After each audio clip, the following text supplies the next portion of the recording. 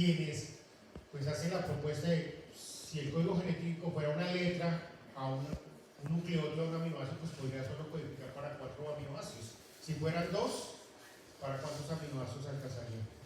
4 a la 2, o sea, 4 por 4, 16, ¿no?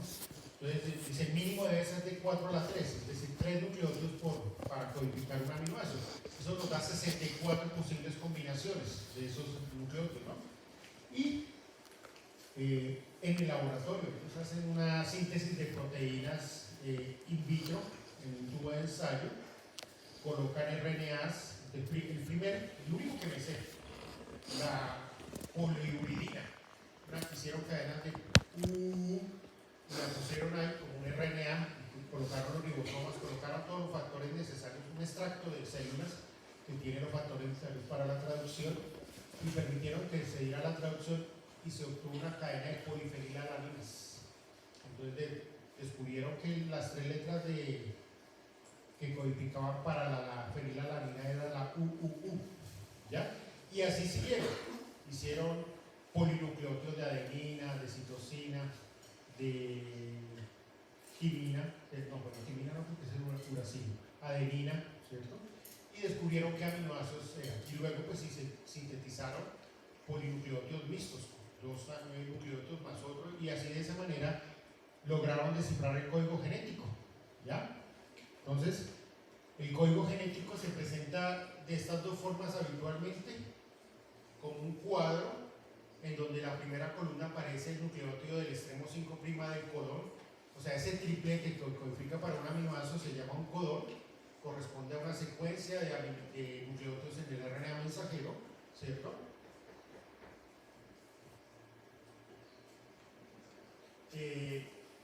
Está fallando la conexión allá y el computador se reinició, bueno, pasó de todo.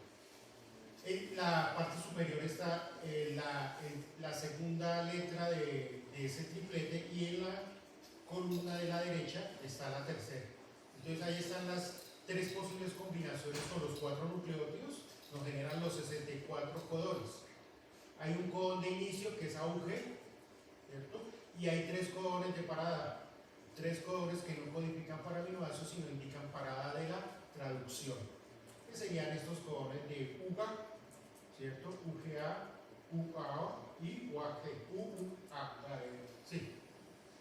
UA, ¿cierto? UAA, UAG y, ¿qué me faltaría? UGA. ¿Listo? En la parte derecha encuentran una representación como circular de ese código genético, en el círculo interior indica la primera letra del triplete, la segunda corresponde a la segunda letra del triplete y esta a la tercera, y en la última aparecen los aminoácidos o lo que codifica esa combinación de tripletes. Entonces cualquiera de las 2 funciona. Si buscamos aquí UGA correspondería a un conde para, entonces simplemente se busca de esa manera en el código genético. Entonces el código genético no es ambiguo, una característica del código genético no es ambiguo, es decir que un codón especifica para un aminoácido o para un codón de parada, ¿ya? Un codón no especifica para 2 aminoácidos, para 3 aminoácidos, no. Las 3 letras especifican para algo y no más, ¿listo?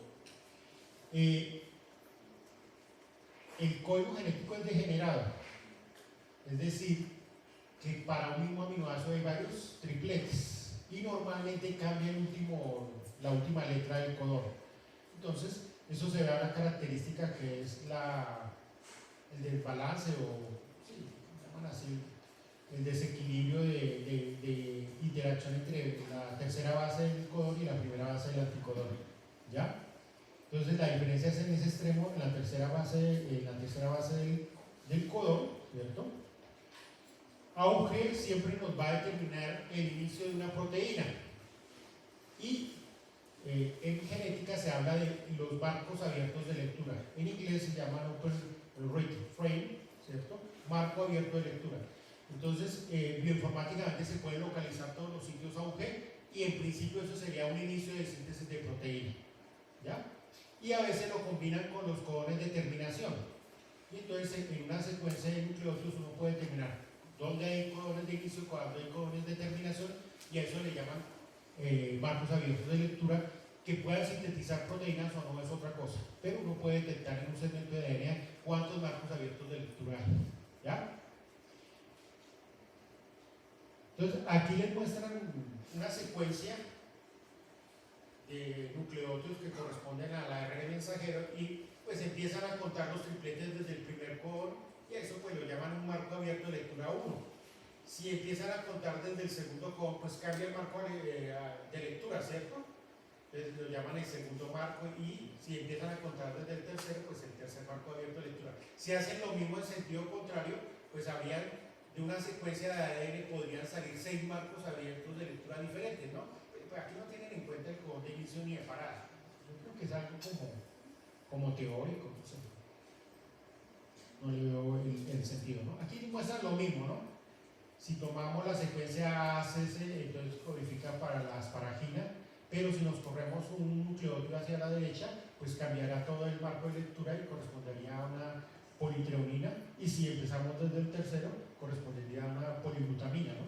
Entonces, esto explicaría un poco las mutaciones que vamos a ver más adelante, que son las inserciones y las deleciones de un nucleótido, que generarían un corrimiento del marco de lectura, que es una causa de mutación.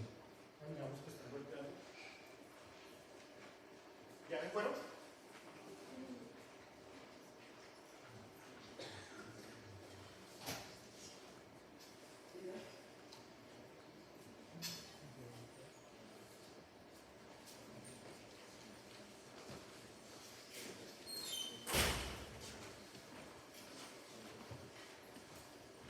Bueno, esto creo que ya lo hemos dicho, el codón de inicio, el codón de parada y que pues el código genético es degenerado. Entonces, si ustedes miran ahí, solamente hay solo hay dos aminoácidos que están codificados con un solo codón, que sería la methionina, el de inicio AUG, y el triptófano, que sería UGG. Y de dos codones apenas son cuántos, 1, 2, 3, 4, 5, 6, 7, 8, dos codones. De 3 sería solamente uno, yo creería más el codón de parada, la isoleucina, y de 4 son 1, 2, 3, 4, 5, ¿cierto? Y de 6, de 5 más, de 6 sería 3, ¿ya? Entonces, por alguna razón, las diferentes especies tienen codones de preferencia. O sea, que no es tan al azar, que los humanos usamos más unos codones que otros.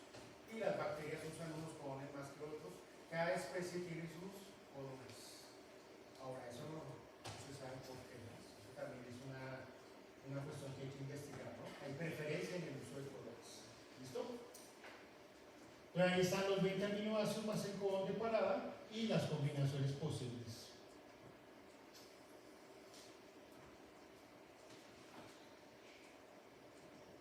Bueno, esto ya lo hemos dicho. Bueno, el código genético es cuasi universal. No es universal porque hay algunas especies raras que usan algunos codones que no son, cambian lo de la codificación. Entonces lo que era un codón de parada ya no es codón de parada sino para un aminoácido y utilizan otro codón de parada. ¿Ya? Y en el mitocondrial humano. En el mitocondrial humano también cambian algunos de los tripletes. Entonces, eso hace que el código genético no sea universal, es cuasi universal. Le falta poquito para ser universal. ¿Ya? Siempre la lectura del RNA se hace de extremo 5' al extremo 3'. Se hace triplete tras triplete, no hay comas, no hay puntos. El codón de inicio, el primer nucleótido es +1, el nucleótido anterior a +1 es -1, no hay nucleótido 0, no hay codón 0. ¿Listo?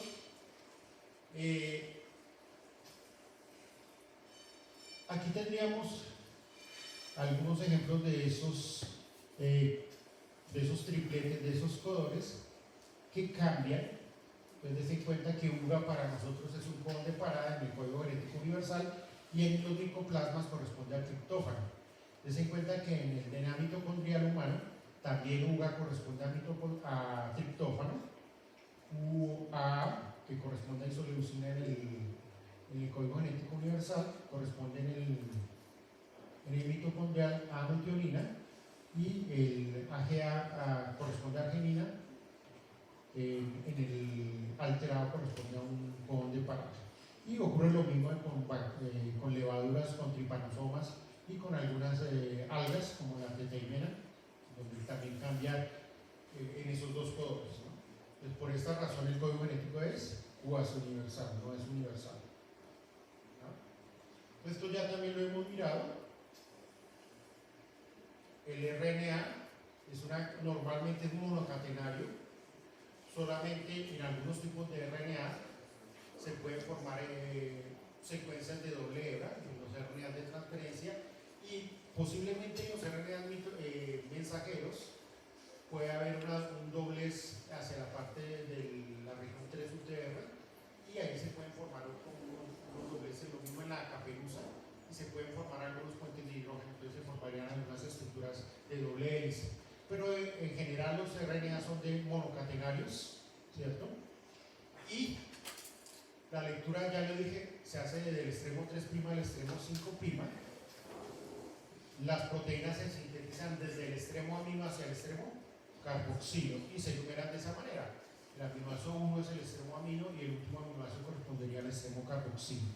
¿Listo? El RNA de transferencia es un RNA pequeño, que ahorita vamos a mirar un poco sobre él, y es el que transporta el aminoácido, ¿ya? Entonces, en el extremo 3' del RNA de transferencia, ahí se adiciona transcripcionalmente una secuencia que es igual para todos los RNA de transferencia, CCA, y allí se une el aminoácido. Hay una activación del RNA de transferencia, toma una forma como de L, y en el otro extremo corresponde al anticodón. Entonces el anticodón se une con el codón por complementariedad. Y recuerden que los RNA de transferencia, tienen muchos nucleótidos derivados, secundarios, y eso hace que aparezcan unos nucleótidos que no son habituales en la primera posición de ese anticodón, perdón, y por eso la interacción con el nucleótido 3 del codón va a variar un poco, y eso permite que haya varios codones para un mismo aminoácido. Ahorita miramos un poco de eso. ¿Listo? Entonces dice que en el RNA de transferencia en procariotes hay más de 50, en eucariotes hay más de 80, son 61 codones, entonces simplemente debe haber,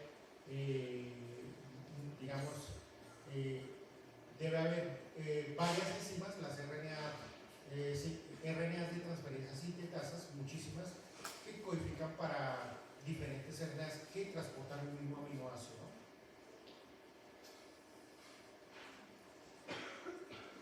Entonces, den en cuenta aquí, tengo el RNA de transferencia, el primer nucleótido de un codón, el tercero está representado en azul, den en cuenta, y aquí tengo el RNA de transferencia con el anticodón. Recuerden pues que las interacciones son antiparalelas, ¿no? Si una hebra va a 5'3', la otra debe ir 3'5'. Entonces la numeración debe ir al contrario en el RNA de transferencia.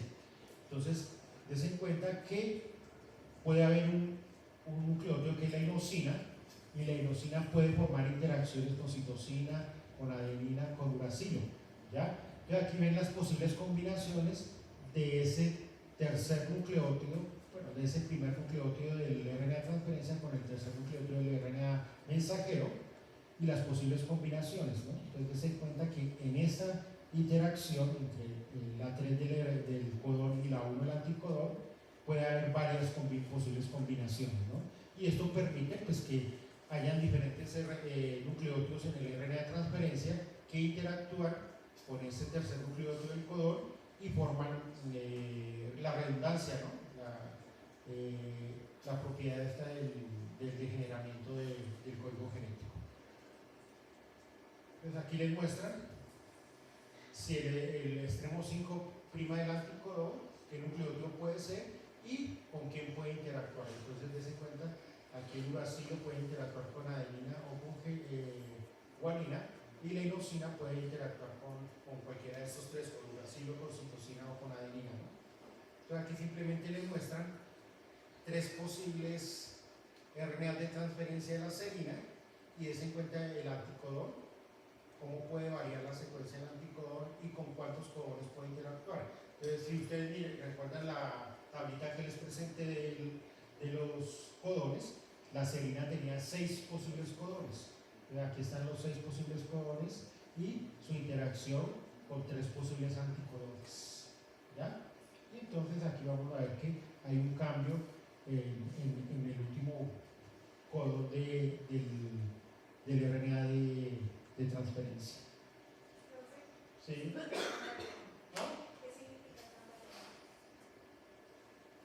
Químicamente corresponde a la interacción entre el codón, entre el último nucleótido del codón y el primer nucleótido del anticodón.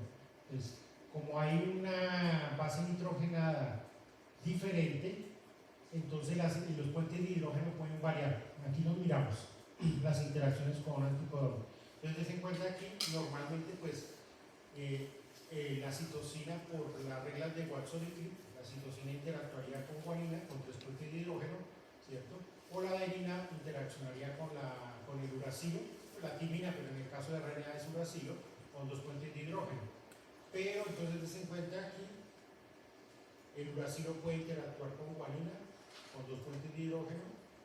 El tiouracilo, que es una base nitrogenada que se presenta en el RNA de transferencia, puede interaccionar con la guanina con un puente de hidrógeno. El mismo tiuracilo con adenina, 2 puentes de hidrógeno. La citosina con la inosina, 2 puentes de hidrógeno. El uracilo con la inosina o la adenina con la inosina. ¿Ya? Entonces aquí están las posibles interacciones de esos puentes de hidrógeno. Entonces a ese cambio químico lo llaman tambaleo o balanceo. ¿Ya? Entonces, la síntesis de proteínas se da en los ribosomas. Los ribosomas son ribonucleoproteínas, están formados por proteínas y RNAs. Y para facilitar el estudio de la transcripción, se han identificado 3 sitios dentro del ribosoma ya formado por la unidad mayor y la unidad menor, que sería el sitio E, que sería el sitio de salida, exit, el sitio peptidil y el sitio aminoácido. Entonces ahí en la parte central del ribosoma va a haber una serie de sitios que llamamos EPA, ¿cierto? Y pues aquí estaría el complejo ya formado. Tengan en cuenta, está la unidad mayor del ribosoma, la unidad menor del ribosoma, el RNA del mensajero y el RNA de transferencia, que es el que va a llevar los aminoácidos para la síntesis. ¿Ya? Y pues hay una serie de proteínas que corresponden a factores de regulación de la traducción. Entonces, el RNA de transferencia es un RNA pequeño, ¿cierto? No es más de 80 aminoácidos, de 80 nucleótidos, perdón, y como les decía, tridimensionalmente corresponde a una estructura que tiene una forma como de L. Y en esta parte está el anticodón, y aquí arriba está el extremo 5 y 3'. Aquí se adiciona post-transcripcionalmente una secuencia de adenina, citosina, citosina, y en este extremo 3'C se le adiciona el aminoácido. ¿Ya? Si se pone en un plano el RNA de transferencia, su forma sería como de un trébol. ¿Ya? Entonces aquí se forman puentes de hidrógeno, se forman esas estructuras que se llaman horquillas, y en una de las horquillas está el anticodón. Entonces, dependiendo del tipo de nucleótido que esté en la composición del RNA de transferencia, las horquillas tienen diferentes nombres. Entonces, esta es dilute, que se debe a la presencia de un nucleótido, que es la deshidrouridina, ¿cierto? Aquí el tip loop, ¿cierto? Aquí hay unos nucleótidos atípicos también, de uridina, por eso la T, ¿cierto? Entonces se forman estructuras tipo horquilla, y esta es la que nos interesa en la parte extrema con relación al extremo 3', que es la secuencia del anticodón. Entonces en los mamíferos, más de 80 tipos diferentes de RNA de transferencia. Entonces hay unas enzimas que sintetizan los RNA de transferencia y son las claves para o sea, es muy importante ese paso, la aparición de estas enzimas, las RNA de transferencia sintetasas, ¿no? Aminoácidos RNA de transferencia sintetasas. Y están aquí los diferentes bases modificadas o derivadas, la diluridina del LUT-T y la turidina del LUT-T, ¿cierto? Y pues aquí la inosina que se encuentra también en los anticodones, ¿cierto? Bueno, la turidina también es común en los anticodones. Entonces, en nuestra presentación vamos a identificar un RNA de transferencia como un cilíndrico, un cilindro. Aquí está el anticodón y en la parte de arriba estaría el extremo 3' donde se une el aminoácido. Aquí es CCA y aquí en este extremo OH, 3' OH, se une el aminoácido. Y aquí está el triplete del anticodón. ¿Listo? Entonces les decía, hay una tRNA aminoácido sintetasa. Entonces son enzimas encargadas de adicionar aminoácidos al extremo 3' de los RNA de transferencia, y para eso se gastan 2 ATPs. Entonces den cuenta que ya solamente activando los aminoácidos ya estamos gastando 2 ATPs por cada aminoácido. La síntesis de proteína es costosa, energéticamente hablando. Por eso la alimentación con proteínas es cara. Se gasta mucha energía para producir proteínas, ¿no? Entonces lo importante es encontrar fuentes de proteínas no tan costosas. Y desde el punto de vista metabólico es costosa, entonces eso lo escalan a nivel económico, ¿no? Bueno, aquí están los 20 aminoácidos. Entonces, de los 20 aminoácidos, 8 aminoácidos no los podemos sintetizar, tenemos que consumirlos con la dieta. Se llaman aminoácidos esenciales, ¿cierto? Los aminoácidos esenciales son los ramificados. Entonces está la valina, la isoleucina, la leucina. De los aromáticos, la fenilalanina no la podemos sintetizar, el triptófano no lo podemos sintetizar, ¿ya? Entonces, y cuando se es niño se requiere bastante síntesis de proteína, entonces la histidina y la arginina que se sintetizan no es suficiente, entonces se convierten también en esenciales. Entonces en la niñez y en la infancia son 10 los aminoácidos esenciales, no 8. Ya cuando es adulto, entonces ya solamente son 8 los esenciales. Podemos sintetizar el resto de aminoácidos a partir de otros aminoácidos y a partir de intermediarios del ciclo de Krebs, simplemente utilizando unas enzimas que son las transaminasas. Se forman cetoácidos y se les transfiere el grupo amino. Entonces, es necesario el consumo de proteínas porque casi la mitad de los aminoácidos se requieren con la dieta. Y recuerden que de la materia seca, 30%, supongamos que somos agua, el 70% somos agua, y del 30% que nos queda casi que la mitad es proteína, o sea, el 15%, normalmente 13-14% somos proteínas, ¿ya? Entonces la mitad de nuestra materia seca son proteínas, entonces se requiere una alta síntesis de proteínas. ¿Cuál es la proteína más abundante en los mamíferos?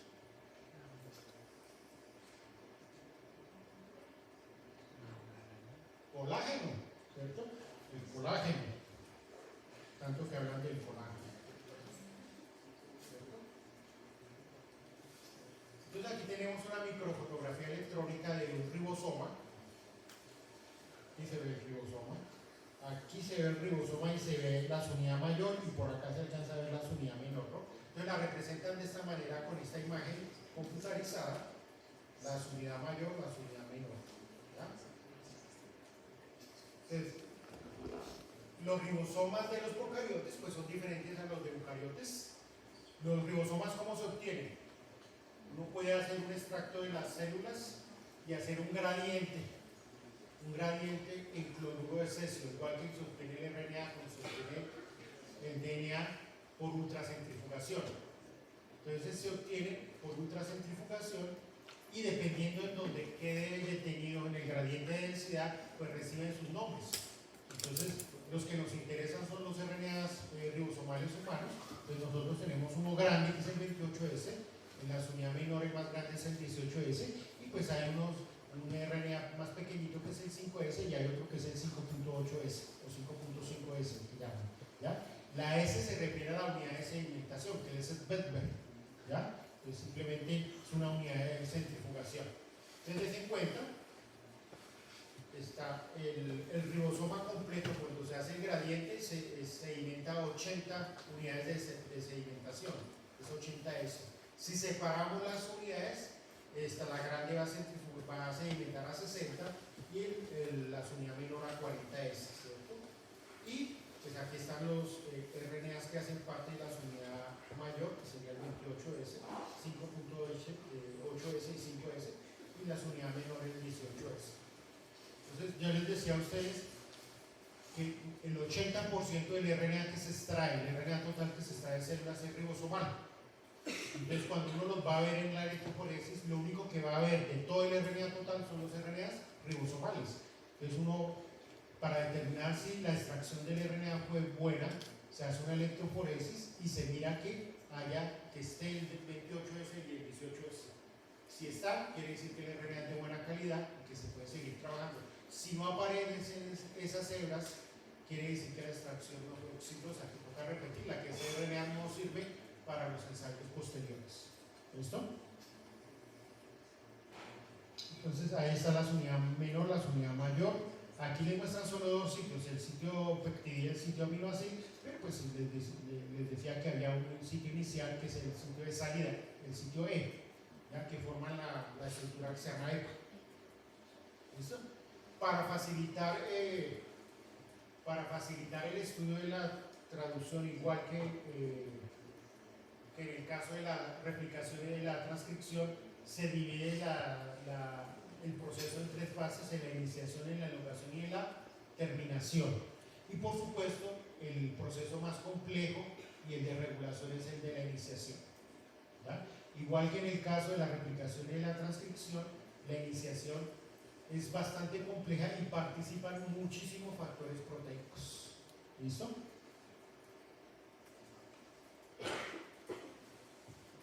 Bueno, esto es en bichos, en bacterias. Simplemente aquí es la interacción entre un RNA ribosomal y el RNA mensajero. Hay una secuencia que se llama Chailin-Dalgarno, que permite la interacción entre el RNA ribosomal 16S y el RNA, para fijar el RNA mensajero muy cerca al sitio de iniciación de la traducción. ¿Listo? Pues siempre se forma un complejo con la unidad menor primero y posteriormente se ensambla con la unidad mayor, ¿no? Entonces, des en cuenta aquí, está la unidad menor, el RNA de mensajero y el RNA de transferencia. Y después se une la unidad mayor y el RNA ya se vuelve funcional. Entonces, hay una serie de factores que se llaman los factores de la traducción, que dependiendo del proceso, pues serán de iniciación, de elongación o de terminación, ¿cierto? Y dependiendo de si son en procariotos o eucariotes, pues en el caso de eucariotes siempre van a llevar la letra minúscula E. Esto indica que es un factor de traducción de los eucariotes, ¿ya? La I de iniciación, la E de elongación y la R de terminación. ¿Listo? A ver,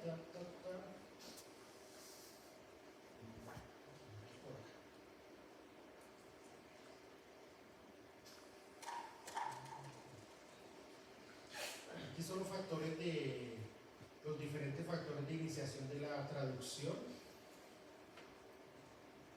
Des en cuenta que está el RNA mensajero con su caperuza, con la 7-metilguanosina en el extremo, y se unen los factores 4 de la traducción, 4A, 4G, 4E en ese extremo, y luego se unen el factor 4B y el 4H y forman esta estructura, el RNA mensajero con estos factores de traducción. ¿Listo? Y por otro lado está el RNA de transferencia, el de la metionina, ¿cierto? Y des en cuenta que está la unidad menor, se une el RNA de transferencia de la metionina con algunos factores de inicio de la traducción y finalmente se forma el complejo con las tres estructuras, con el RNA mensajero, el RNA de transferencia y, bueno, los factores de traducción con la unidad menor. Y solamente al final del proceso, cuando está armado todo el ensamblaje, se une la unidad mayor y está listo el ribosoma para iniciar la síntesis de proteínas. Es el único momento en que el sitio pectidil es ocupado por un aminoácido. En el sitio pectidil se coloca el RNA de transferencia de la metionina, ¿ya? Entonces habrá un solo aminoácido. De resto, el ribosoma tiene unos RNAs pequeños nucleares que son encargados de catalizar la reacción de formación del enlace peptídico. Entonces la actividad de transpeptidación se llama así, de la síntesis del enlace peptídico, la cumplen RNAs, no proteínas. Es uno de los ejemplos donde las enzimas no son proteínas sino RNAs, entonces son ribosimas, ¿verdad? Entonces por allá en el splicing, también hablábamos de splicing, también el RNA pequeño nuclear cataliza reacciones, ¿ya? Entonces son dos ejemplos claros de reacciones catalizadas por RNA y no por proteínas, la transpeptidación, la formación del enlace peptídico, ¿ya? Bueno, esto es simplemente cómo ocurre el proceso de translocación. O sea, se une el primer aminoácido, la metionina, ¿cierto? Hay unos factores de elongación, ¿cierto? Y dense cuenta que en varios momentos de este proceso de síntesis de enlaces peptídicos se gasta GTP. Pues inicialmente gastamos en la activación 2 ATPs, en la activación de cada aminoácido, en el proceso de síntesis. En la translocación del ribosoma se gastan 2 GTPs. Entonces ya llevamos 4 moléculas de alta energía para la síntesis de un enlace peptídico, ¿ya? Entonces ten en cuenta que es bastante costoso desde el punto de vista energético para las células sintetizar proteínas. Entonces simplemente en el sitio peptidil se ubica la metionina y el RNA de transferencia siguiente interacciona con el siguiente triplete, ¿cierto? En el sitio aminoácido se ubica el aminoácido, se forma el enlace peptídico y luego hay un movimiento del sistema del ribosoma, y entonces el dipéptido que se forma queda en el sitio peptidil y queda libre el sitio aminoácido. Y ahí en adelante, en el sitio aminoácido se va ubicando los RNA de transferencia con los aminoácidos correspondientes. Y pues cada vez que se ocurre este proceso, pues se van a gastar GTPs y pues se van a utilizar estos factores de elongación, que es el factor EF2, ¿cierto? Y el factor EFG.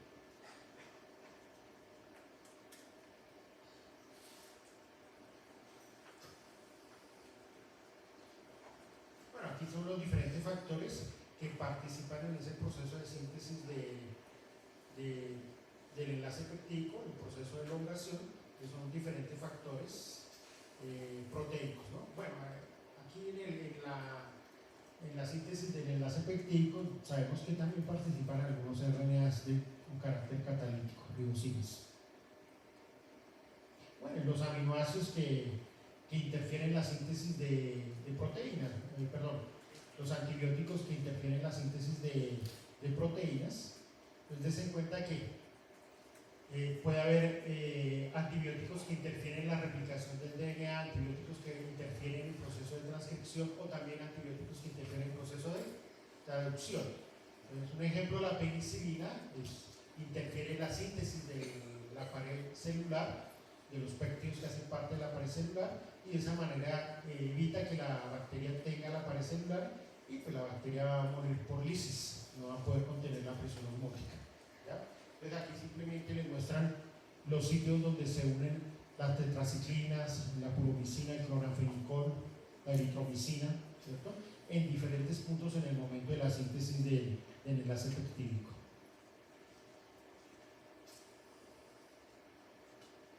Y creo que la vez pasada les mencionaba, está el RNA mensajero, ¿cierto? Está la caperuza, con la caperuza interactúan proteínas, y con el extremo 3' con la cola de poliadenina también interaccionan estas proteínas, que son las proteínas de unión a la cola de poliadenina, y son importantes porque ellas van a ayudar a interactuar con los factores de inicio de la traducción, ¿cierto? Y se va a formar un complejo multiproteico que va a permitir que ocurra la síntesis de proteínas.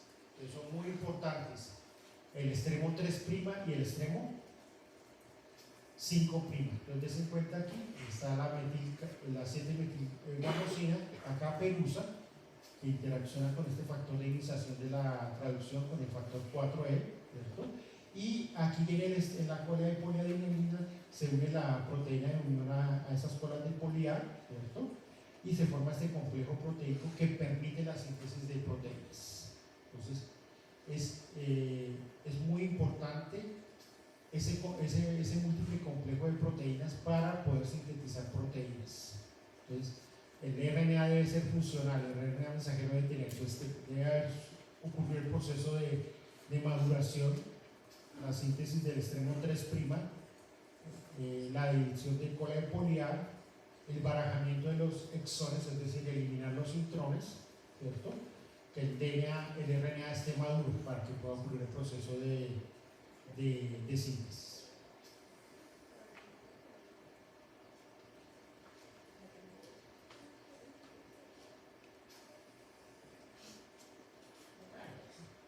Simplemente demuestran, dice genómica lo que puede pasar, transcriptómica lo que parece que está ocurriendo, proteímica lo que hace que ocurra, metabolómica lo que ocurre y está ocurriendo, y finalmente el fenotipo. ¿Listo? Entonces la expresión génica es la expresión del RNA y de las proteínas, y el fenotipo es el reflejo de esa expresión de proteínas. ¿Listo? Bueno, eso era lo que quedaba pendiente de la clase pasada. Demoramos un poquito, pero bueno. Y ahora sí lo de la clase del día de hoy.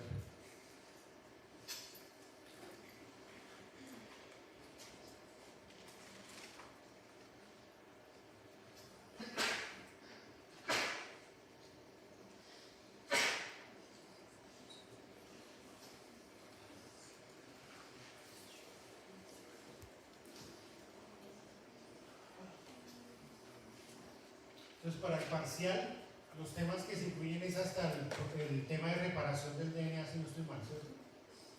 Entonces, la próxima clase no habría taller, ¿cierto? Y en 15 días sería el parcial, ¿sí? ¿Es así? Y después del parcial hacemos el taller sobre dogma central de la biología molecular y mutaciones y daños del DNA. ¿Listo? Entonces, todavía se utiliza mucho el término de mutaciones y nosotros lo utilizamos muchísimo, ¿no? Pero pues se llegó a un acuerdo mundialmente a que el término mutaciones ya no debería utilizarse, sino hablar de variantes genéticas. ¿Ah? Y también lo mismo el término polimorfismo. O sea, se usaba mutación, polimorfismo. Entonces normalmente mutación le asignaban como un valor negativo. Pero las mutaciones pueden ser positivas, ¿no? Y al polimorfismo le asignaban un valor como positivo y no negativo. Entonces, normalmente la mutación se relacionaba con una frecuencia muy baja en la población, mientras que los polimorfismos normalmente se asociaban con una frecuencia mayor en la población. O sea, entre más del 1% de... Si la variante estaba presente en más del 1% de la población, se le llamaba polimorfismo. Y normalmente si era mutación, entonces las frecuencias son muy bajas, y es a la -4, a la -5, a la -6. ¿Ya? Son frecuencias muy, muy bajas. Pero entonces la Sociedad Americana de Genética, hace unos años, aceptó, digamos, que el término mutaciones y el término polimorfismo debería retirarse y solo hablar de variantes genéticas. Y las variantes genéticas que llamamos hoy mutaciones serían las variantes genéticas patogénicas. ¿Listo? Pero yo y todos mis colegas, toda la gente sigue utilizando el término mutaciones. Yo creo que ya morimos así. Es lo mismo que ocurre en la ciencia. Se usa un término y ya después se quedó ese término y no lo vamos a cambiar nunca. Los carbohidratos, hace como 100 años se dijo que no debía usarse el término carbohidratos. No lo usamos. Se llama glúcidos o glícidos, debe ser el nombre. Vitaminas también. Hace más de 100 años se usa el término vitaminas y la mayoría mismo sucede con estas mutaciones.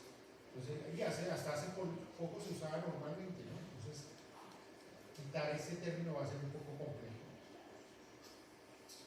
Entonces, hasta el momento hemos visto que las enfermedades de carácter hereditario pueden ser monogénicas, las mendelianas, ¿cierto? Puntuales, ¿no?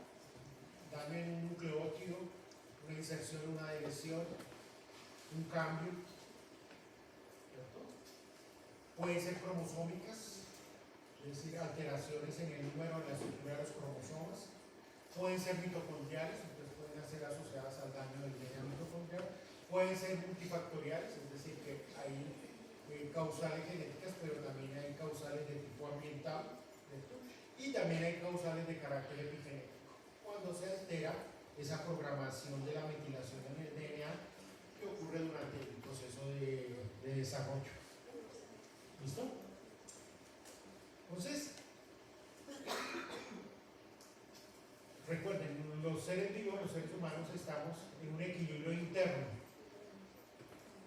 No estamos en equilibrio con el medio ambiente. ¿Cuándo alcanzamos el equilibrio con el medio ambiente? Cuando morimos, ¿cierto? O sea, iguala la temperatura y la composición química empieza a igualarse con el medio, entonces ocurre el proceso de descomposición y terminamos pues transformados, ¿no?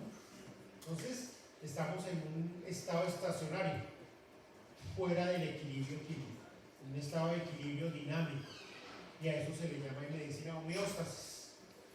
Entonces hay un proceso de homeostasis del genoma y un proceso de homeostasis del proteoma. ¿Ya?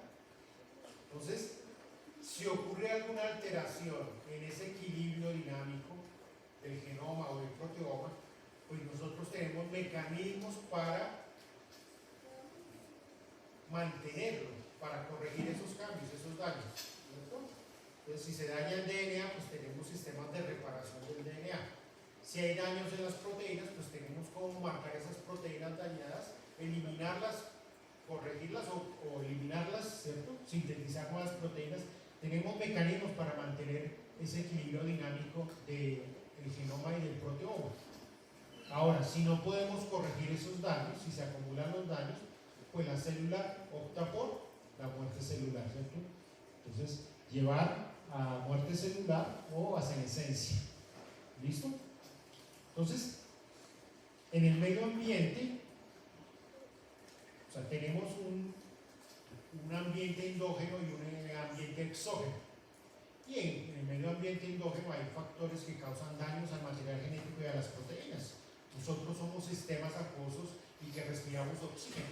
Entonces se van a formar radicales libres, entonces va a haber radicales de oxígeno y de nitrógeno que van a dañar las proteínas, que van a dañar el DNA. Entonces debemos tener mecanismos para reparar esos daños, ¿cierto? Y por esa razón, pues, los daños no se perpetúan. Entonces, hablábamos anteriormente de mutaciones, decíamos que era una mutación cuando un daño en el material genético se mantenía y se transmitía. Si no se mantiene y no se transmite, eso es una lesión del DNA, pero no es una mutación. Entonces, para que sea mutación, tiene que permanecer en el caso de las mutaciones somáticas o transmitirse en el caso de las mutaciones del tipo terminal. ¿Listo? Entonces, aquí en este monacho les presentan que una persona adulta puede llegar a tener 1 por 10 a la 15 células, ¿cierto? Que pueden ocurrir 2 por 10 a la 17 divisiones celulares, que nuestro DNA son 6.000 millones de nucleótidos, que la polimerasa tiene una eficiencia alrededor de 10 a la menos 6, 10 a la menos 8, o sea, incorpora un error cada millón de nucleótidos, cada 100 millones de nucleótidos. Entonces, diariamente ocurren unas 10.000 lesiones en el DNA por célula. Pero pues tenemos sistemas de reparación y esos sistemas de reparación van a permitir que esos daños al DNA no se permanezcan y no se perpetúen. ¿Ya? Entonces, como les decía anteriormente, hay factores endógenos. Nada más la replicación, espontáneamente el proceso de replicación ocurren daños al DNA, ya los vamos a mirar. Ya dijimos, el metabolismo celular va a generar algunas sustancias que pueden llevar al daño del DNA, y pues los radicales libres también van a ser un factor importante, los que se forman endógenamente. Y factores externos, pues las radiaciones, la ultravioleta, las radiaciones ionizantes, factores biológicos, los virus, y pues, factores químicos, la exposición a sustancias químicas. En este caso les dicen la quimioterapia. Ese es uno de los factores más importantes en el tratamiento al cáncer, ¿no? Las sustancias no solamente atacan a las células cancerígenas, sino también a las células sanas, entonces van a causar grandes daños y pérdidas en las células normales. Entonces, normalmente un gen produce una proteína, esa proteína es normal, pues va a generar un fenotipo normal. Hay una alteración en el material genético, que va a ocurrir el proceso de transcripción-traducción, van a generar una proteína normal, y pues esa proteína anormal se va a reflejar en un fenotipo alterado. ¿Listo? ¿Cómo se clasifican los agentes que causan daños al material genético? Los clasificamos básicamente en tres tipos: en los físicos, en los químicos y en los biológicos. En los físicos, pues ya había nombrado las radiaciones electromagnéticas, la radiación ultravioleta, ¿cierto? Las radiaciones gamma, que son electromagnéticas, las radiaciones corpusculares, la alfa y la beta, ¿cierto? El choque térmico, ¿verdad? Entonces, la radiación X, los rayos X son muy importantes en la generación de daños en el DNA, porque son radiaciones de alta energía. A nivel de biológicos, pues los virus, los transposones y los ROX, ¿cierto? Los radicales libres de oxígeno, ¿cierto? Y los químicos, pues hay muchísimos químicos: la cafeína, la nicotina, el agua oxigenada, los alcaloides, el ácido nítrico y policíclicos. Los policíclicos son muy peligrosos para el daño al DNA. ¿Ya?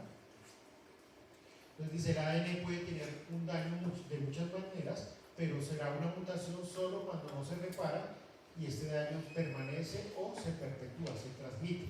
¿Ya?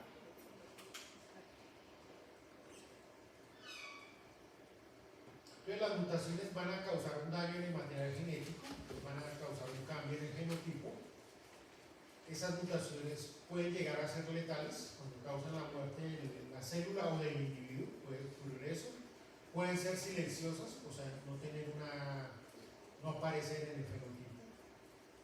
Pueden correr el marco de lectura, pueden cambiar el nucleótido, pueden introducir una parada, un codón de parada y generar una proteína truncada o que se detenga la síntesis de proteína.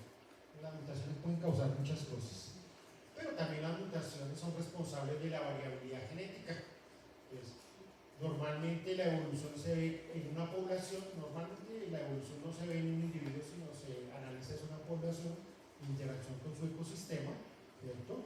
Entonces las mutaciones son el elemento, el caldo en donde ocurre el proceso de evolución. Entonces, si ustedes, pues, una de las teorías más aceptadas es la teoría de la evolución. Allí dice que en los organismos ocurren cambios, y esos cambios, si le permiten la adaptación a ciertas condiciones, hacen que esa variante permanezca. ¿Ya?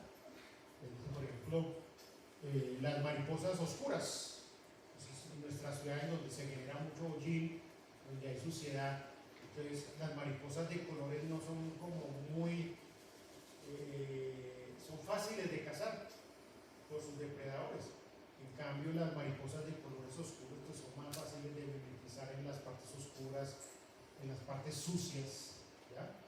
Entonces, hoy en día usted encuentra más mariposas de colores oscuros, cafés, negros, etcétera, que de colores. Es muy raro encontrar una mariposa de colores en la ciudad, ¿no? Entonces, eso simplemente hace producto de ese proceso de evolución, ¿no? O sea, la mutación es esencial para el proceso de evolución, pero pues la mutación también genera cambios en el fenotipo de los organismos, y estos pueden llegar a causar patologías, enfermedades. O las mutaciones pueden ser inocuas. Puede haber un cambio y ese cambio no se ve reflejado en el fenotipo del organismo. ¿Listo? Entonces las mutaciones pueden ocurrir a nivel genómico, a nivel cromosómico o a nivel del génico. Entonces, ya decíamos que a nivel genómico pues serían las poliploidías y las aneuploidías, las primeras pues que no son viables en los seres humanos. A nivel cromosómico pues son las inversiones, las translocaciones, las deleciones, las duplicaciones, ¿cierto? Y a nivel génico pues puede ser la sustitución de bases, que se llaman transiciones y transversiones, ya las miramos, o pueden ser las inserciones o deleciones de un solo nucleótido o de varios nucleótidos, que se llaman los indeles. Y adicionalmente hay unas nuevas variantes de hace unos pocos años, que es el número variable de copias. Con los proyectos genoma humano, con los proyectos de transcriptoma, con los proyectos ENCODE, pues se descubrió que no todos los humanos tenemos el mismo número de copias de genes y que algunos de ellos están asociados a patologías. No necesariamente el cambio en el número de copias sea patológico. Puede ser normal tener una o varias copias de un gen y esto no debe ser reflejado en el fenotipo. ¿Listo?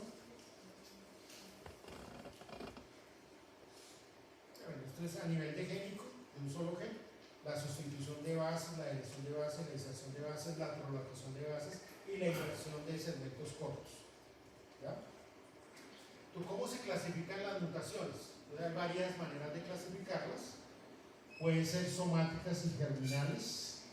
Entonces, si yo tengo aquí un individuo y la mutación ocurre en las células somáticas, entonces esos cambios solo van a ocurrir en las células de ese individuo, ¿cierto? Y no se va a transmitir a las otras generaciones de células. Y pues la mutación va a desaparecer con la muerte de esas células, ¿cierto? Si la mutación ocurre en el material genético, pues si ocurre en el DNA, pues esa mutación se va a transmitir a la progenie. Entonces va a ser una mutación de tipo germinal, ¿no? Las mutaciones germinales pues, se presentan en los óvulos, en los espermatozoides, se heredan, ¿cierto? Afectan todas las células de una progenie, ¿cierto? El ejemplo de la hemofilia. Y las somáticas ocurren en células no germinales, no se heredan, desaparecen con el individuo que las posee, ocurren en células somáticas sin su descendencia, ¿cierto? Ejemplo, el cáncer de seno. Entonces, muchísimos de los cánceres son ejemplos de mutaciones de tipo somático. Son muy pocos los ejemplos de mutaciones de tipo germinal. Puede ser espontánea la mutación, o las variantes, ¿no? Pueden ser espontáneas o pueden ser inducidas. La inducción se hace con agentes químicos o con agentes físicos, pero también puede ser con agentes biológicos. Los rayos ultravioleta, los rayos X, las radiaciones ionizantes, los químicos, los agentes alquilantes, las bases, los policíclicos que son intercalantes, los transposones, los virus, generan mutaciones, entonces se llaman mutaciones inducidas. Y las espontáneas son las que ocurren por cambios que normalmente ocurren en las células. Entonces hay cambios que ocurren espontáneamente en las bases nitrogenadas, que se llaman tautómeros, ¿cierto? Puede ocurrir espontáneamente desaminaciones, depurinizaciones, ¿cierto? Puede ocurrir oxidación por acción de radicales hidroxilo, de superóxidos, de agua oxigenada, ¿cierto? Y también puede ocurrir por los cambios en el material genético, puede ocurrir por elementos móviles, por los transposones. Pues puede ser espontáneo o puede ser inducido. Aquí simplemente les muestra una microdeleción o microinserción, la aparición de un par de bases en el material genético y corregimiento del marco de lectura o la desaparición del mismo, ¿no? Entonces, den cuenta aquí normalmente estaría el DNA y nos genera un segmento, una proteína con su codón de parada acá, y den cuenta que hay un cambio acá, ¿cierto? Hay una inserción y entonces hay un corregimiento del marco de lectura y desaparece el codón de terminación y va a sintetizarse una proteína de una manera no adecuada, una proteína que no estaba determinada de esa manera debido a la inserción de ese par de nucleótidos. Aquí una inversión, simplemente hay un cambio en 180 grados de esta secuencia de 5 nucleótidos. Y inicialmente era una proteína que tenía estos aminoácidos, metionina, triptófano, treonina, valina, y el cambio de estos 5 nucleótidos llevó a que aparecieran serina y arginina. Entonces ya son aminoácidos que tienen propiedades diferentes. La treonina es un aminoácido apolar, la treonina es un aminoácido que tiene un grupo H, aquí la serina es un aminoácido con grupo H, la arginina es un aminoácido básico, un grupo guanidino en el extremo, y eso hace que cambien sus propiedades fisicoquímicas de la proteína, y eso puede llevar a un cambio en la expresión de los genes y finalmente reflejarse en el fenotipo. ¿Ya? Aquí las translocaciones, pues, se rompe un segmento de ADN en un cromosoma y se transfiere a otra posición en otro cromosoma. Aquí es una translocación de tipo balanceado, ¿cierto? Y simplemente hay un intercambio entre segmentos de cromosomas de material genético. Entonces, hay dos enfermedades aquí, pues nos mencionan 3 enfermedades que se caracterizan por microagresiones, que serían el síndrome de Prader-Willi, el síndrome de Angelman y la neurofibromatosis tipo 1, que es un tipo de cáncer. ¿Ya? Entonces, dense en cuenta, la enfermedad de Prader-Willi y el síndrome de Angelman ocurren en el cromosoma 15, en el brazo largo del cromosoma 15, y afecta una región de unos 4 millones de pares de bases. Y entonces allí hay el 70% de los pacientes que tienen estas enfermedades ocurren de lesiones, grandes de lesiones en esta parte del segmento. Y dependiendo si la deleción o el cambio genético ocurrió en el cromosoma de origen paterno o en el cromosoma de origen materno, pues será una patología diferente.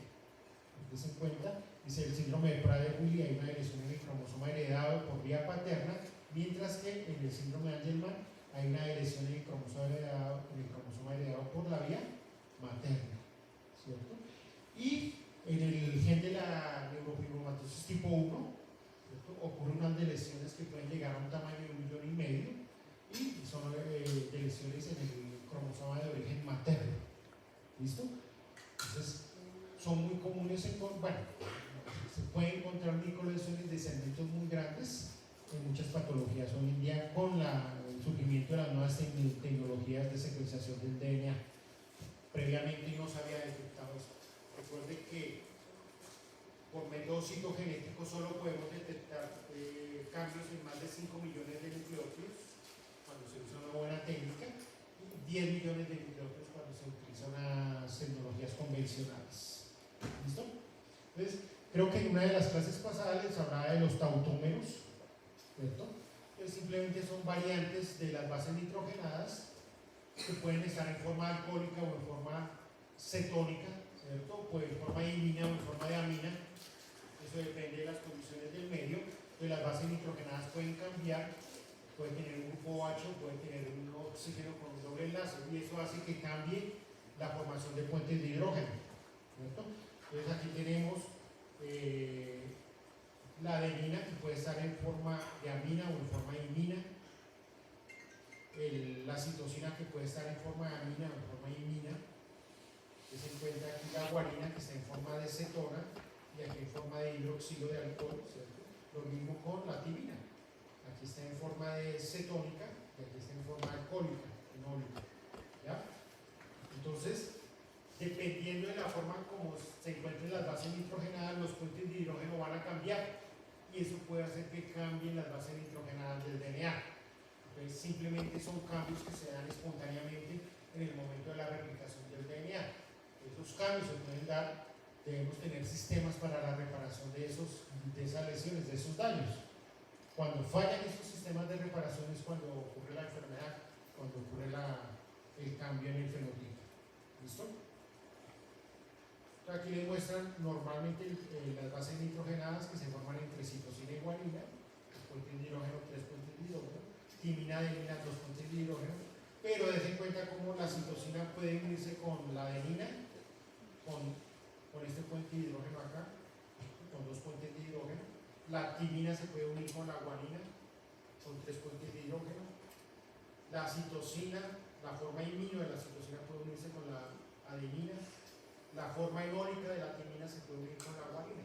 lo que se cuenta que esta formación de pares de bases no convencionales, esas son las bases nitrogenadas de Watson y Crick, la complementariedad que nos proponen, y estas son unas alternativas que son más raras, ¿listo? Y estas son las que nos pueden generar daños en el DNA. Entonces se cuenta cuando se está replicando el DNA, entonces aquí la plantilla se abre el DNA, ¿cierto? Y esta hebra sirve de plantilla para la síntesis del DNA, y dense cuenta que aquí hay guanina y debería colocarse el DNA naciente citosina, y la polimerasa coloca timina por una interacción enólica, porque está en una forma alterada la base nitrogenada. Se sintetizan las nuevas hebras y dense cuenta que normalmente debería haber guanina citosina que se va a perpetuar, y el cambio que ocurre aquí es una interacción entre guanina y timina, que es una interacción no convencional, también se transmite a las generaciones y se incorpora a un mutante. Entonces, no debería haber ahí adenina-timina, pero se perpetúa y entonces se genera un mutante. Entonces, la replicación, en el proceso de replicación, por el tautomilismo, se pueden incorporar mutaciones al DNA, daños al DNA. ¿Cómo se clasifica esa sustitución de bases? Si cambia una purina por una purina, o una pirimina por una pirimina, eso se llama una transición. Y si cambia una purina por una pirimina, o una pirimina por una purina, a eso se llama una transversión. ¿Ya? Entonces, vamos a ver el caso de la anemia falciforme.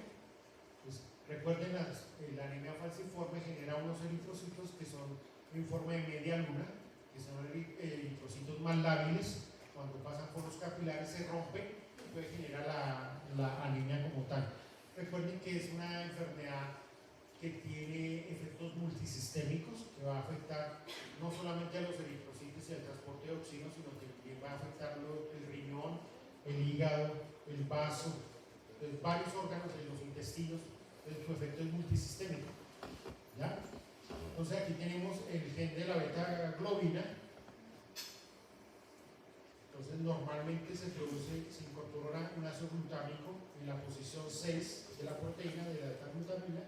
Ocurre la mutación y entonces hay un cambio de adenina por timina. ¿Qué tipo de mutación es? ¿Transición o transversión?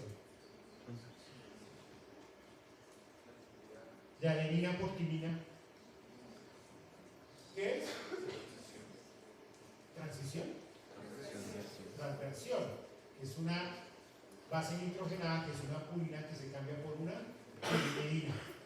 Es una transversión. Entonces ocurre una transversión y cambia el ácido glutámico en la posición 6 por valina.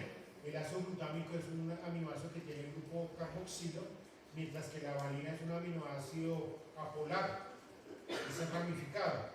Y eso hace que la hemoglobina cambie de forma, y al cambiar la hemoglobina de forma, pues va a cambiar la forma de los eritrocitos. Los eritrocitos van a ser de forma de media luna. Aquí se ven varios protis en donde se observan esos eritrocitos. Entonces, las personas que son heterocigotas pueden sobrevivir normalmente, solamente que si se ven en condiciones como extremas para la oxigenación, ahí de pronto sí se va a ver reflejada la enfermedad. O sea, los heterocigotos no pueden ir por allá al Everest. Los heterocigotos no pueden ir en un avión y que se despresurice el avión, porque van a tener serios problemas, ¿no? O sea, aquí ellos son portadores, pero en ciertas condiciones portar ese gen puede reflejarse en el fenotipo. ¿Ya? Muchas veces dicen que son solo portadores y que no se va a ver reflejado. Lo mismo sucede con la gente que tiene hemofilia. Las mujeres son portadoras, pero en ciertas condiciones se puede reflejar esa condición de portadores y puede verse reflejado en el fenotipo. ¿Listo? Los que van a tener la enfermedad son los homocigotos, los recesivos, ¿cierto? Y pues normalmente a ellos se les puede realizar tratamientos como la transfusión de sangre, y con eso pues ser un paliativo de la enfermedad, ¿no? Ya dijimos que es una enfermedad, es un gen pleiotrópico porque tiene afectación multisistémica, entonces que no solamente va a afectar los eritrocitos, sino otros órganos como el corazón, el hígado, el vaso, el páncreas, los intestinos. Otras enfermedades con mutaciones puntuales de sustitución. muchísimas. Las metabólicas, ahí le nombramos la fenilcetonuria, que es un cambio del nucleótido de una guanina por una adenina, transversión o transición. Guanina por adenina, transición, una transición en el intrón 12, ¿cierto? Y eso va a afectar una enzima que es la fenilalanina hidroxilasa, entonces no se va a poder metabolizar de manera adecuada la fenilalanina en estos pacientes. La alcactonuria, que también es una enfermedad causada por un daño en una enzima en el proceso de metabolismo de la fenilalanina, de la tirosina, ¿cierto? Entonces, en donde hay una acumulación de un intermediario que se llama el ácido homogentísico, ¿cierto? Y la enzima alterada es la tiroxigenasa en el exón 11, en donde hay una deleción de adenosina, de adenina. Entonces, los daños, además de los daños tautoméricos, pueden ocurrir desaminaciones y depurinizaciones y de pirimizaciones, que siguen sus sitios AP, llaman así, apurínicos y apirimídicos. O sea, simplemente se pierde la purina, se pierde la pirimidina. O simplemente hay un cambio y hay una oxidación con desaminación y oxidación. Entonces, si usted tiene citosina, si se oxida este grupo amino, hay una desaminación y se oxida esa posición, se genera un uracilo. Y el uracilo es como cambiar por timina. Entonces, finalmente se va a ver reflejado el cambio de citosina por timina. ¿Ya? Aquí se examina la adenina y entonces desaparece la adenina y aparece una base nitrogenada que se llama liposantina. En el caso de la guanina se pierde el grupo amino de la guanina, entonces se genera una base nitrogenada que se llama la santina. Bueno, ya la citosina ya hemos nombrado, se examina y se va a formar el uracilo. La presencia de estas bases nitrogenadas alternativas va a hacer que aparezca una nueva base nitrogenada en ese par de bases nitrogenadas y seguramente va a perpetuar un cambio en el DNA. Bueno, tienes en cuenta, hay una desaminación de la citosina, se incorpora una antimina y pues en el proceso de replicación una de las células hijas no va a tener el par normal que sería citosina guanina, sino que va a heredar una variante mutante que llevaría el par timina adenina. ¿Ya? En el caso de también son desaminaciones, ¿no? Esto es desaminación. Bueno, aquí simplemente es que se pierde la base nitrogenada y genera un sitio sin base nitrogenada, un sitio AP, apurínico, en este caso apurínico o puede ser apirimínico, y de esa manera puede perpetuar una pérdida de una base nitrogenada y generar una delesión de un solo nucleótido. Entonces, depurinizaciones, pues en cuenta 5.000 al día, desaminaciones 100 al día pueden ocurrir de manera espontánea en la célula, ¿no? Entonces, des en cuenta aquí, ocurrió una depurinización y pues cuando ocurre el proceso de replicación, pues se va a perder esa base nitrogenada ahí. Entonces, aquí permanece la hebra que recibió la hebra normal, pues se va a permanecer el par que es, pero en la hebra que hubo el proceso de purinización, pues va a desaparecer ese par, y entonces va a haber una delesión de un nucleótido. Entonces va a haber un corrimiento de una base de marco de lectura. ¿Listo? ¿Qué puede ocurrir también? La oxidación. Los radicales libres pueden oxidar algunas regiones de las bases nitrogenadas. En el caso de las purinas, la posición 8 puede oxidarse y formar estas estructuras, la 8-oxi, 7-8 desoxiguanidina.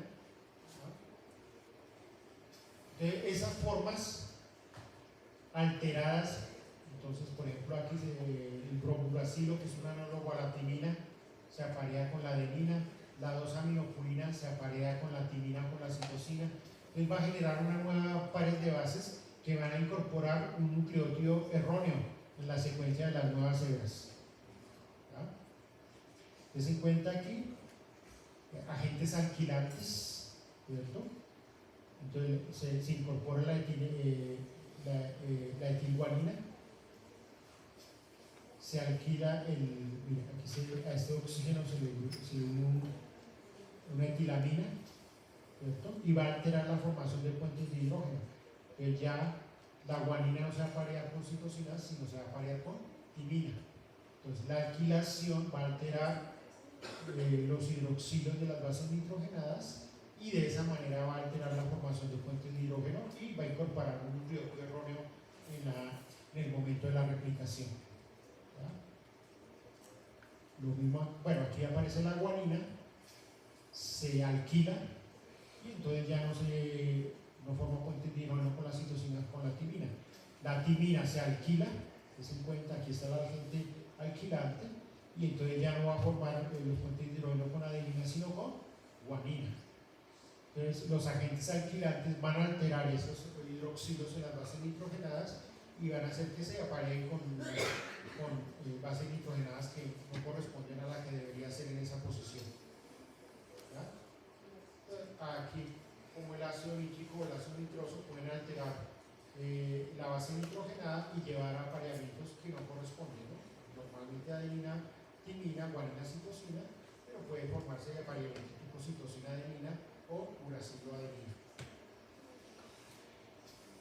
Los policíclicos, ahí aparecen los tintes de acridina, los policíclicos del humo del cigarrillo, son agentes intercalantes, se meten en el DNA y pueden generar aductos, se llama eso,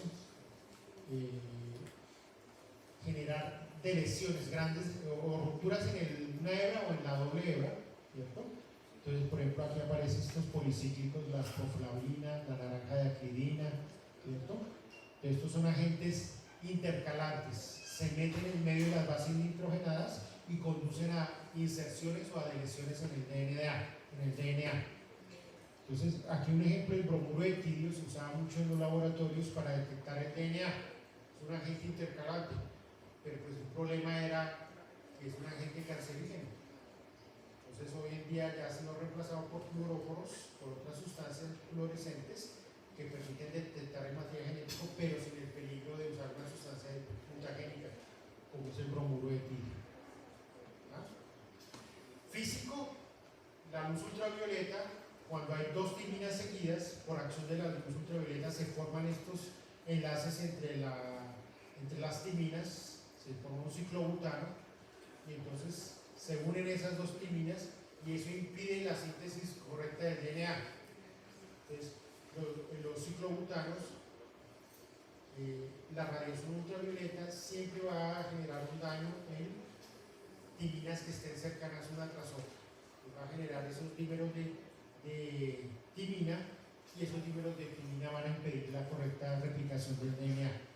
Entonces, en los microorganismos existe una enzima que es una fotoliasa que se une a los dímeros de timina y con acción de la luz normal, de la luz visible, se pueden deshacer esos dímeros de timina, romper esos puentes entre el ciclobutano, ¿cierto?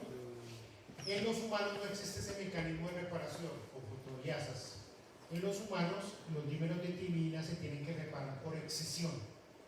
Es decir, que hay una enzima y flanquea donde está el dímero de timina y genera un nick, una ruptura en el DNA, y con una exonucleasa sacan ese pedazo y usando la otra hebra como plantilla, la DNA polimerasa reemplaza ese pedazo y una DNA ligasa sella el hueco. ¿Ya? Entonces se llama reparación por excisión, que es algo que van a ver en la próxima clase. Los diferentes tipos de reparación. Entonces, la reparación de los dímeros de timina en humanos es por excisión de las bases, mientras que en los procariotes normalmente es por acción de fotoliasas. Cuando no podemos reparar los dímeros de timina, entonces están dañados los genes de la reparación de los dímeros de timina en los humanos, entonces se generan patologías. Este es un ejemplo de una patología en donde hay una deficiencia en la reparación de los daños causados por la luz ultravioleta, que es el xeroderma pigmentoso. ¿Ya? Entonces es una condición hereditaria de tipo recesivo que lleva a generar cáncer de piel y cáncer de ojo, ¿cierto? Y pues las personas simplemente no pueden exponerse a la luz solar. Entonces, únicamente pueden salir a la calle cuando por la noche. Entonces, a los de Cerebelma Pigmentoso también los asociaron con quiénes? Con los vampiros, sí señor, con los vampiros. ¿Ya? Entonces, son personas que no se pueden exponer a la luz solar porque pues, les va a dar cáncer. ¿Ya? Entonces, uno de los genes que está involucrado en ese proceso de reparación es el gen DDB2. ¿Ya? Entonces, este gen genera una proteína, es una proteína que tiene una actividad es tipo liasa, si no son mal, que ayuda a la reparación de esos dímeros de timidina. ¿Ya? Como está dañada esa proteína, entonces es imposible reparar esos dímeros de timidina y nos va a generar ese fenotipo característico de las personas de cerebro pigmentoso, ¿no? Que es la gran cantidad de pecas en la piel, ¿no? Los rayos X y los rayos gamma ya son radiaciones mucho más potentes y normalmente generan radicales libres, y estos reactivos, estos radicales libres van a atacar el DNA y van a generar rupturas de una hebra o 2 hebras. Pues todas las anteriores habíamos visto que son daños que generan cambio en un nucleótido, alteración en la unión de los puentes de hidrógeno, pero ya cuando es de mayor energía, en este caso de carácter físico, van a generar rupturas en el DNA, y las rupturas pueden ser de una sola hebra o de doble hebra. ¿Ya? Entonces, la radiación ultravioleta y las radiaciones ionizantes son las responsables de este tipo de daños. ¿Ya? Entonces van a llevar a rupturas cromosómicas o a mal apareamiento de las bases nitrogenadas. Entonces genera una ruptura, se desaparecen algunos nucleótidos allí y entonces el DNA va a repararse, pero la reparación se va a hacer, va a ocurrir un proceso que se llama de malos apareamientos, ¿ya? Porque bueno, ustedes van a ver la próxima clase que hay un mecanismo de reparación que se llama por recombinación homóloga, ¿ya? Pero cuando se dañan las 2 hebras, entonces ahí ya la reparación tiene que ser con otro mecanismo, y allí va a haber pérdidas de segmentos de DNA, y va a haber pérdidas de material genético, ¿ya? Entonces, estas radiaciones van a generar agua oxigenada, van a generar ion superóxido, iones radicales del grupo hidroxilo, y pues estos van a atacar los azúcares y va a hacer que se pierdan las bases nitrogenadas, y van a atacar los enlaces glicosídicos que van a hacer que se rompa la cadena de ADN. ¿Ya? Aquí aparecen los radicales del ion superóxido, el ion peróxido, los radicales del ion peróxido del grupo hidroxilo, ¿cierto? Entonces, dense cuenta, son radicales porque tienen un electrón no pareado. Ese electrón no pareado va a tratar de buscar la manera de aparearse, y entonces va a alterar el DNA o las proteínas, porque también estos radicales libres van a afectar tanto a DNA como a proteínas. ¿Listo? Pues nosotros tenemos defensas contra estos radicales libres. Entonces tenemos las dismutasas, la catalasa, las peroxidasas, el glutatión, los agentes antioxidantes que se consumen en la dieta, la vitamina C, la vitamina E. Esos son mecanismos para contener los radicales libres. Pero pues los radicales libres también son buenos, ¿no? ¿En qué procesos celulares normales se utilizan radicales libres?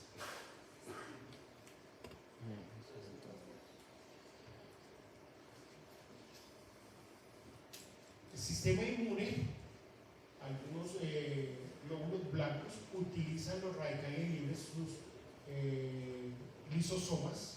En sus lisosomas puede ocurrir fenómenos de degradación, y tienen peroxisomas, tienen diferentes organelos en donde ocurre la producción de peróxido, y este peróxido es necesario para eliminar algunos agentes que son causantes de enfermedad, tanto proteínas como virus y agentes infecciosos, y entonces es importante la formación de radicales libres. Entonces también, en cuanto se presentan fenómenos de cáncer, es muy importante la formación de este tipo de sustancias en nuestras células, normalmente para la defensa. Entonces hay una corriente que aboga porque no se hagan tratamientos con antioxidantes, ¿no? Porque es muy famoso las dietas antioxidantes, todo antioxidante, porque dicen que los fenómenos de oxidación son los responsables de la patología, pero hay fenómenos de oxidación normales en nuestras células, en nuestro organismo, que se acentúan cuando hay un proceso patológico y que debemos mantener y no apagar, ¿no? Entonces, por eso hay una discusión en esos tratamientos antioxidantes cuando se sufre de un cáncer. Entonces, ocurren procesos de oxidación, reacciones bioquímicas de redox producen agentes oxidantes, en la fagocitosis se producen agentes oxidantes, en la respuesta inflamatoria, en la exposición a radiaciones ionizantes, la radiación ultravioleta, la contaminación ambiental, el humo del cigarrillo, el consumo de drogas, tanto psicoactivas como de fármacos. Hay medicamentos que causan oxidación, ¿cierto? Y pues esta oxidación va a llevar a la modificación de las bases nitrogenadas, a la generación de ciclos AP, apurílicos, apirídicos, a la ruptura de una hebra o de la doble hebra, a la incorporación de mutaciones, ¿cierto? A la activación de oncogenes, a la inactivación de genes supresores tumorales, ¿cierto? Entonces, el fenómeno de oxidación es un fenómeno muy importante en la generación de nuevas variantes y de variantes patogénicas. ¿Ya? Aquí simplemente les muestran las diferentes bases nitrogenadas y les muestran los puntos donde ocurren procesos oxidativos, que serían los puntos rojos, ¿cierto? Se oxidan las bases nitrogenadas o el azúcar, ¿cierto? Ataques hidrolíticos, entonces se rompe el enlace entre la base nitrogenada del azúcar, entonces van a generar sitios AP, entonces ustedes van a ver aquí hidrólisis, y pues aquí va a haber una desaminación, ¿no? En esta posición va a haber desaminaciones y cambios en metilación, ¿no? Entonces en la flechita verde les muestra cambios en metilación. Si hay cambios en metilación, entonces si yo tengo un gen, a ese gen se une en el sector del promotor un factor de transcripción, y ese factor de transcripción va a activar un gen. Si hay un cambio en la metilación, recuerden que la metilación está asociada al silenciamiento de los genes. Entonces, la metilación puede llegar a silenciar un gen y el gen se va a ir activado, y eso nos va a generar la patología. Entonces, también hay cambios en metilación, cambios epigenéticos que pueden llevar a alteraciones. Entonces, ya no se llaman mutaciones, sino epimutaciones. ¿Ya? Entonces, se habla de genoma y se habla de epigenoma. Entonces, el mapa de metilación de las bases nitrogenadas de nuestro genoma se llama el epigenoma. Entonces, puede haber alteraciones en el epigenoma. ¿Ya? Entonces, den en cuenta, está el DNA, tenemos un metabolismo celular que nos va a generar una serie de sustancias que pueden dañar el DNA, la exposición a luz ultravioleta, la radiación ionizante, la exposición a químicos y los errores en la replicación. Todo esto nos va a llevar a daños en el DNA. Entonces es necesario corregir esos daños del DNA antes de replicar el DNA. Entonces ustedes recuerdan que en la fase G1 del ciclo celular ocurre un proceso que es la preparación para la síntesis del DNA. En ese punto hay un punto de chequeo y hay un punto de reparación del DNA. Entonces, activación del punto de control del ciclo celular. Entonces hay una reparación del DNA, puede ser una reparación directa o por excisión de bases, por excisión de nucleótidos, ¿cierto? O por recombinación homóloga. Si el número de daños es muy elevado, entonces la célula opta por no reparar y ir a apoptosis. ¿Listo? Entonces, ¿cómo son esas mutaciones puntuales del material genético? Entonces, ya dijimos que pueden ser transversiones o transiciones. Entonces, hay un cambio por una base nitrogenada, ¿cierto? Recuerden que el código genético es degenerado, entonces varios codones pueden codificar para un mismo aminoácido. Si el cambio lleva a un codón que codifica para un mismo aminoácido, se dice que esas mutaciones son de tipo conservador, son mutaciones silenciosas de tipo conservador. ¿Listo? Si lleva a la aparición de un nuevo aminoácido, un cambio del codón, entonces se dice que son mutaciones de cambio de sentido. Se llama missense en inglés. ¿Cierto? Si lleva a un cambio un aminoácido con características similares al aminoácido que existe ahí, por ejemplo, si era una lisina y cambia por una arginina, que es un aminoácido básico, o si había una valina y cambia por una leucina, que es un aminoácido polar, Entonces se dice que son mutaciones de tipo conservador, ¿ya? De cambio de sentido, pero conservadoras. El anterior, donde por el mismo aminoácido, pues es de tipo silencioso. También es conservador, ¿no? Conserva el aminoácido en ese punto. Se incorpora un col de parada, entonces se dice que es una mutación de tipo sin sentido. Cuando cambia el aminoácido es de cambio de sentido, cuando incorpora un col de parada, entonces es una mutación sin sentido. ¿Ya? Cuando se incorpora un nucleótido y hace un corrimiento del marco de lectura, ¿cierto? Entonces puede haber una inserción, puede haber una deleción, entonces eso se llama un indel, ¿cierto? Y como consecuencia hay un desplazamiento del marco de lectura. Puede que genere o desaparezca un codón de parada más adelante, entonces va a generar proteínas, cambio en las proteínas, entonces va a generar de pronto truncamiento en las proteínas. ¿Ya? Entonces, en cuenta aquí un cambio de adenina por citosina, se mantiene el mismo aminoácido, que este codón codificado por arginina, el nuevo codón también para arginina, entonces hablamos de una mutación de tipo sinónimo, ¿cierto? Aquí cambia la adenina por guanina, ¿cierto? Entonces sigue codificando por una lisina, entonces se llama una mutación de tipo conservadora, ¿cierto? Y aquí cambia un aminoácido hidrofóbico por un aminoácido polar, entonces decimos que es una de tipo no conservadora, porque cambia el aminoácido totalmente, las características de la proteína pueden cambiar allí. Incorpora un codón de parada, entonces hablamos de una mutación sin sentido, y ya dijimos que las mutaciones de inserciones y deleciones normalmente llevan al corrimiento en el marco de lectura. Si es un solo nucleótido, si es un triplete el que se delesiona o se incorpora, entonces hablamos de mutaciones in-frame, se llaman así. Entonces, si se delesiona un triplete, pues no va a aparecer un aminoácido, pero sigue la misma proteína. Si el aminoácido no es importante en la acción de la proteína, pues no va a haber un efecto fisiológico. Puede que el aminoácido sea importante, no necesariamente las deleciones o inserciones tipo in-frame. Bueno, deleciones casi siempre, las deleciones tipo IUPREM van a generar daños inocuos. Puede que generen un daño importante porque si el aminoácido que se lesiona es importante en la reacción que cataliza la enzima, entonces pues sí se va a ver afectado, ¿no? Entonces cuando se lesionan tripletes enteros, pues se va a perder un aminoácido, una proteína, pero no se va a perder el resto de la secuencia de proteína. Entonces se llaman deleciones in-frame. ¿Listo? Bueno, estas son deleciones y inserciones de un nucleótido que generan un corrimiento en el marco de lectura. Aquí de un nucleótido y aquí de un dinucleótido, ¿no? Entonces van a generar corrimientos en el marco de lectura. Entonces, ¿qué daños puede sufrir el DNA? Pues formar dímeros de timina, dímeros de piriminas, el famoso ciclobutano, cuando ocurre la acción de la luz ultravioleta.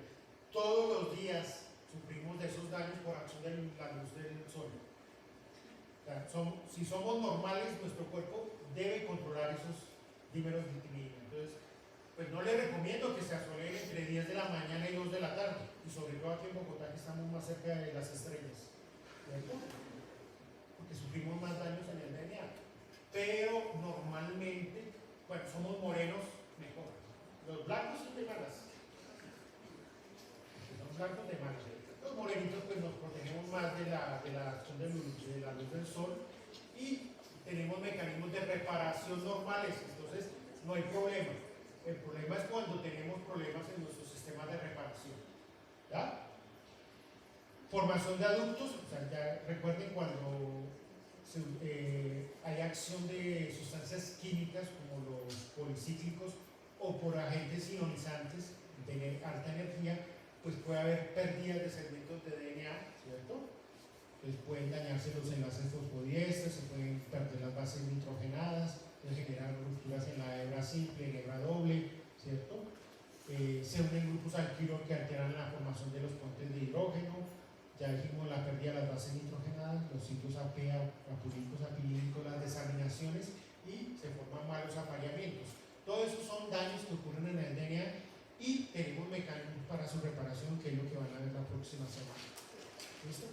Aquí hay algunas mutaciones cambios que ocurren en el material genético y la tasa de mutación de esos cambios. Entonces, dense cuenta que las tasas de mutación son del orden de 10 a la menos 5, 10 a la menos 4, 10 a la menos 6. Las variantes que se presentan en las personas comúnmente ocurren en más del 1% de la población, entonces su tasa su frecuencia es mucho más alta y por eso diferenciaban las mutaciones de los polimorfismos.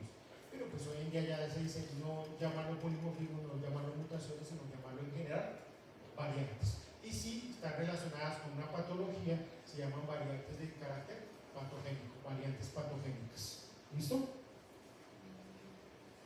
¿Cómo se nombran las mutaciones?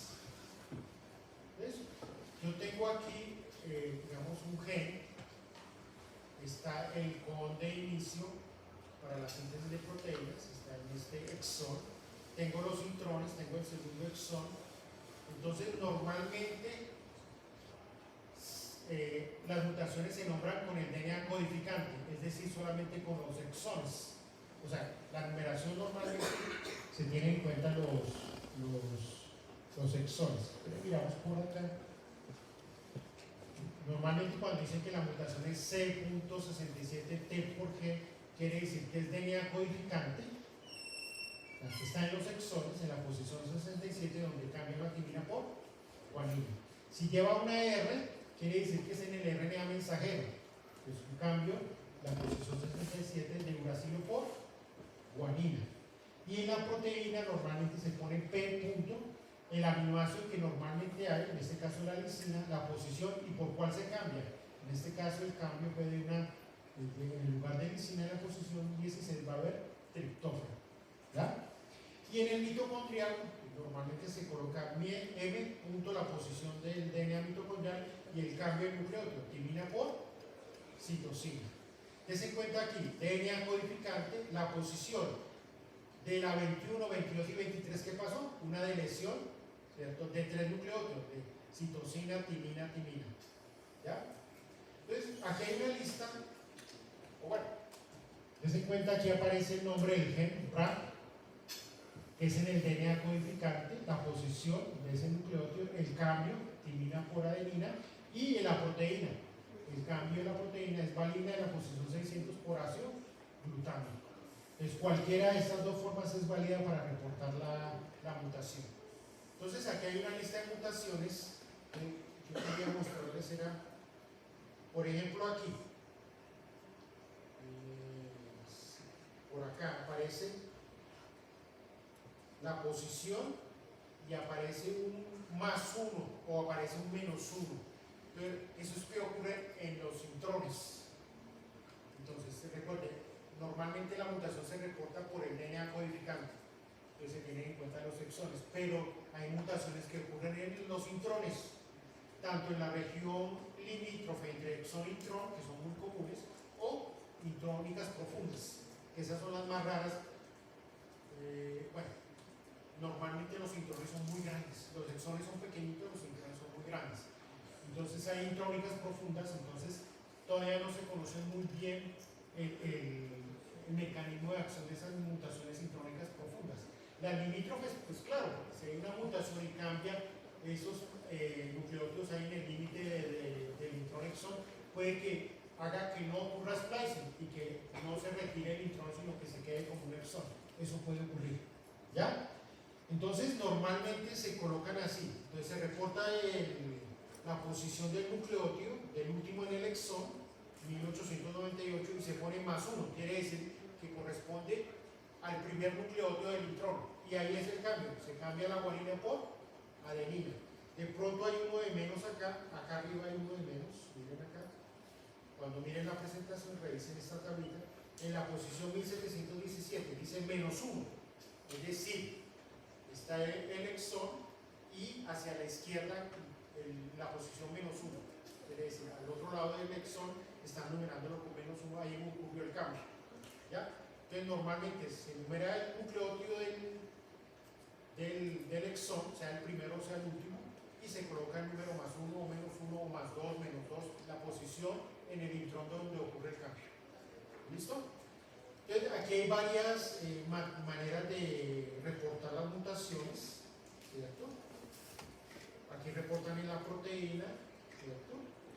Aquí la nomenclatura coloquial y la nomenclatura común, ¿cierto? Y el tipo de mutación. Entonces, para el taller vamos a colocar un ejemplo de varias mutaciones y ustedes lo que van a hacer es clasificarlas. Yo creería que se podrían guiar por esta tabla. ¿Listo?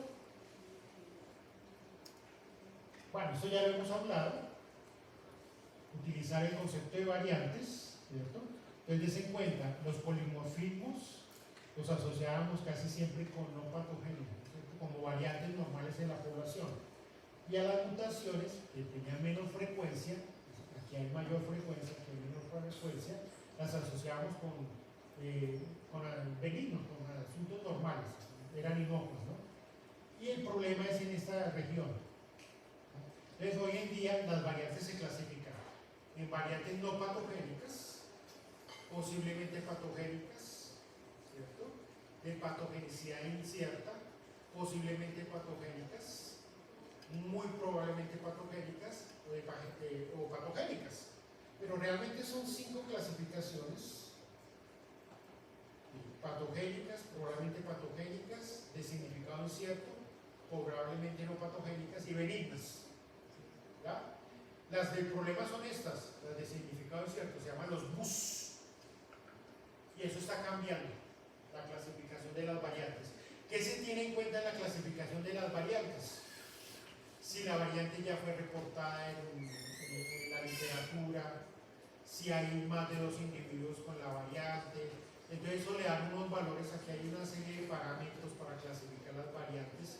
Si tiene modelos in vitro, si tiene modelos in vivo, ¿cierto? Se le da una clasificación y dependiendo del puntaje, teniendo en cuenta estas variables, dependiendo del puntaje, entonces se le clasifica. Si obtiene más de 12 puntos, se les clasifica como patogénicas. Y si son menores a 4 puntos, normalmente están entre probablemente no patogénicas y benignas. ¿Ya?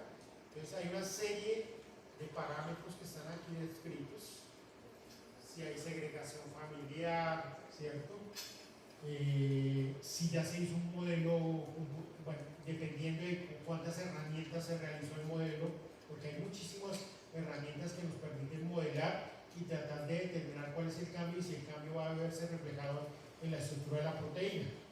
Eso recibe una puntuación y dependiendo de esa puntuación, entonces se va a clasificar esas variantes entre patogénicas y benignas. ¿Ya? Entonces, las de significado incierto, estas son las que están cambiando todo el tiempo.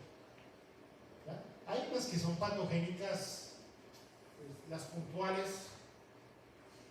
Entonces hay un cambio en el aminoácido, eso genera un daño en la proteína y el daño en la proteína genera la patología. Eso no hay nada que discutir ahí. Las mendelianas. Entonces, si tiene esa mutación ya no hay nada que hacer, presenta la enfermedad y ya se clasifican como patogénicas. Pero cuando la enfermedad es multifactorial poligénica y se presenta el fenómeno de adición, que hay un límite, ¿cierto? El fenómeno, ¿cómo se llama? Son varios genes y deben acumularse mutaciones en varios genes más los fenómenos ambientales. Entonces, si se supera ese umbral, el nivel del umbral se llama eso, se presenta la enfermedad. Si está por debajo de ese umbral, no se presenta la enfermedad. Entonces, ya en las enfermedades multifactoriales es mucho más complejo analizar eso. ¿Listo? Bueno, aquí hay un poco de cosas que se nos van a quedar sin entender. Mutaciones y cáncer. Y algunos conceptos.